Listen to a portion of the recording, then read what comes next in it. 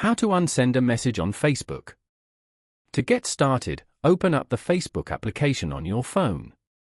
As you can see, you are now in the Facebook homepage where you can view pages and friends' posts. On this page, go to the top right corner and tap on the Messenger icon.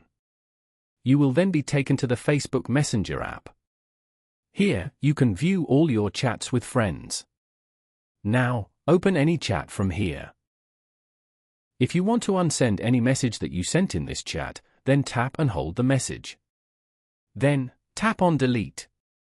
Tap on Delete again at the bottom. Here, select Delete for everyone. This means that you have now deleted this message from both sides. If you selected Delete for me instead, then the message would be deleted only for you.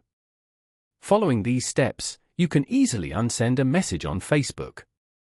Thank you for watching. Please leave a like if this tutorial helped you, or leave a comment below if you have any questions related to the video.